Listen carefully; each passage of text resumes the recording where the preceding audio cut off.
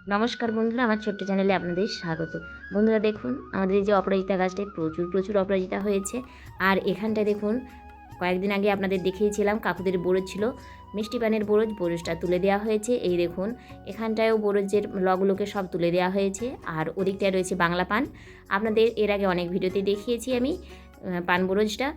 আর এই যে বাংলা পানটা রয়েছে, এদিকটাতেও আবারও লাগানো হবে বাংলা পানের ল। তাই এদিকের বরজের সমস্ত লগুলো তুলে ফেলা হয়েছে। আর এই যে দেখুন, বাংলা পানগুলো কত সুন্দর হয়েছে। আসলে মিষ্টি পানটা সেভাবে হয় না, আর মিষ্টি পানটা করার জন্য খুব পরিশ্রমের প্রয়োজন, এবং মিষ্টি পানটা করতে অনেকটা খরচও আছে। যদিও এত বছর আমাদের কিন্তু মিষ্টি পানেরই বরজ ছিল, কিন্তু কাকু এখন দেখছি বাংলা পানের বরজটাই করছে। হয়তো বাংলা পানের এই যে পানটায় এটাতে লাভ বেশি। বাংলা পানটা লাভজনক, মিষ্টি পানটা ততটা লাভজনক নয়, তাই কাকু এই চাষটা করেছে। চাষিদের তো এটাই দেখে শুনে চাষ করতে হয়, কোন জিনিসটা লাভের এবং কোন জিনিসটা কম লাভের। যেটাতে বেশি লাভ হবে সেটাই তো তারা করবে।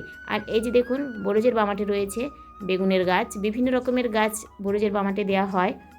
তবে এই বরজের ধারে যেই গাছই লাগানো হোক না কেন, এতে কোনো সার্ভিসের প্রয়োজন হয় না, কারণ বরজের যে প্রচুর পরিমাণে খোলটা দেওয়া হয় তাতে হয়ে যায় সমস্ত গাছ। আর এটা দেখুন, মানকচুর গাছ। আমাদের এখানে যেখানে সেখানে প্রচুর পরিমাণে মানকচুর গাছ রয়েছে। আর এটা দেখুন লেবুর গাছ, দেখেছেন প্রচুর লেবু হয়েছে। আপনাদেরকে প্রথমে যে গাছটা দেখিয়েছিলাম সেটা এটাতে একদম প্রচুর পরিমাণে লেবু, থোকায় লেবু, এত লেবু যে গুণে শেষ করা যাবে না। দেখুন কত লেবু হয়েছে।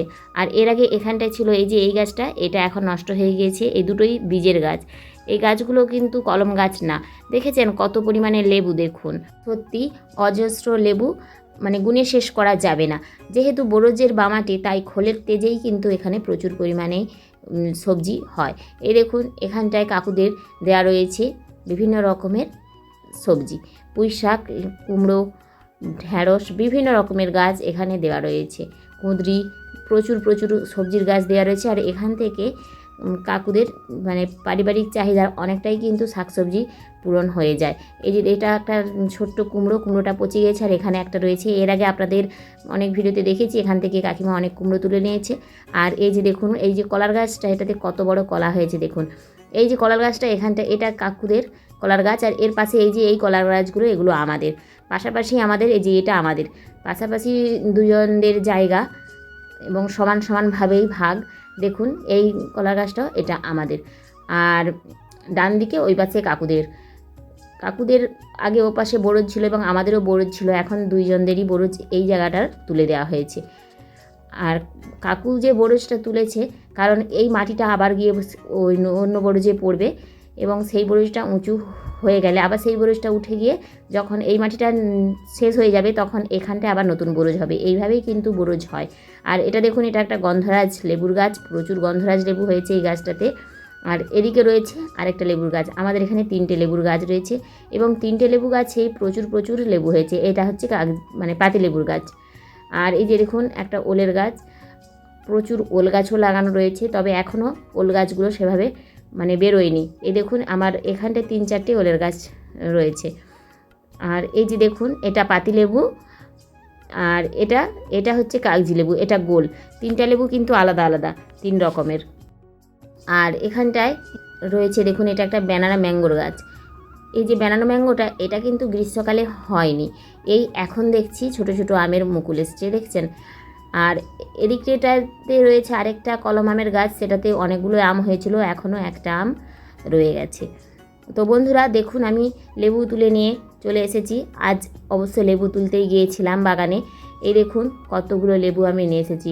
আর এই যে দেখছেন ছোট্ট, এটা গন্ধরাজ লেবু তুলেছি। আর এটা হচ্ছে এই লেবুটা ছোট রাই তুলে নিয়েছে। ওই যে বলেছিলাম কাগজি লেবু, গোল কাগজি লেবু, এটার ছোট রাই তুলে নিয়েছে। আর এটা পাতি লেবু, 3 রকমের লেবুই আমি তুলে নিয়ে এসেছি।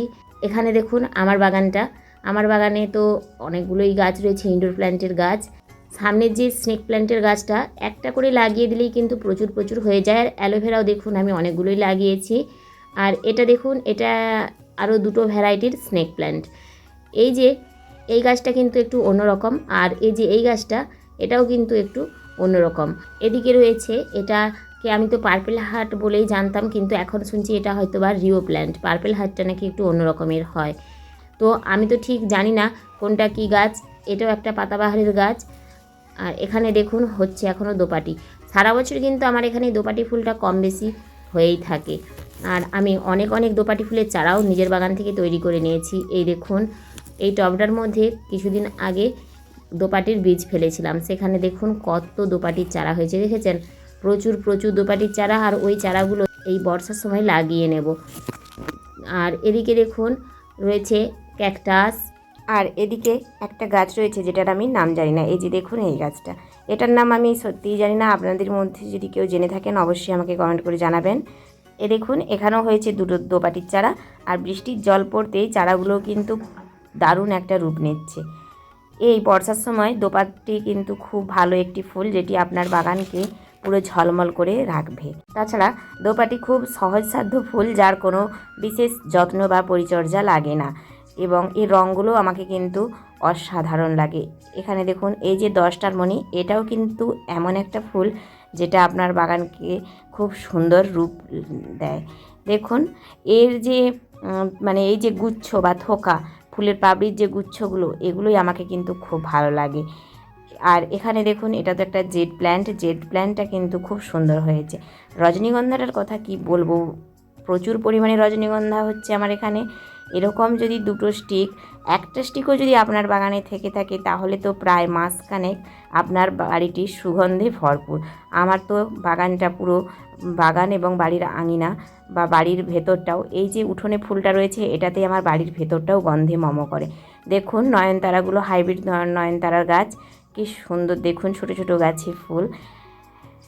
বড় গাছে ফুল দেখতে তো অবশ্যই ভালো লাগে, কিন্তু এরকম ছোট্ট গাছে যদি ফুল ভর্তি হয়ে থাকে তাহলে তো দেখার মজাটাই আলাদা। এখানে অনেকগুলোই হাইব্রিড নয়নতারার গাছ রয়েছে, তবে এটা একটা ভেরিকেটেড বটের চারা। নার্সারি থেকে 50 টাকা দিয়ে কিনে নিয়ে এসেছিলাম, এবং গাছটা কিন্তু দেখতে সত্যিই মনোমুগ্ধকর। এখানে দেখুন জারভেরাটা সব সময়ই হয়। জারভেরার কোনো সিজন ফ্লাওয়ার না, সারা বছর হয় আমার এখানে। এবার আমার খুব পছন্দের একটি গাছের সঙ্গে পরিচয় করিয়ে দিই। এটা হচ্ছে রাবার প্ল্যান্ট। হ্যাঁ, আমার খুব পছন্দের এই রাবার প্ল্যান্টের গাছটা, তবে কেন জানি না পাতাটা হলুদ হয়ে যাচ্ছে। নার্সারি থেকে নিয়ে এসে এই 8 দিন মতো লাগিয়েছি, দেখুন পাতাটা হলুদ হয়ে যাচ্ছে। এবং এই যে এই হলুদ পাতাটা দেখে সত্যি আমার মনটা ভীষণ খারাপ, কারণ জানি না গাছটাকে বাঁচাতে পারবো কি না। যদি বৃষ্টির জল পেয়ে গাছটা যদি মারা যায় সেটাই একটা ভয়।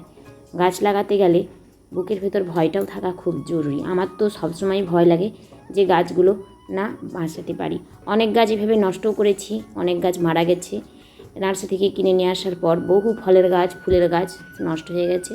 তো কী আর করা যাবে, আজকের মতো এটুকুই। আজ আসি, টাটা।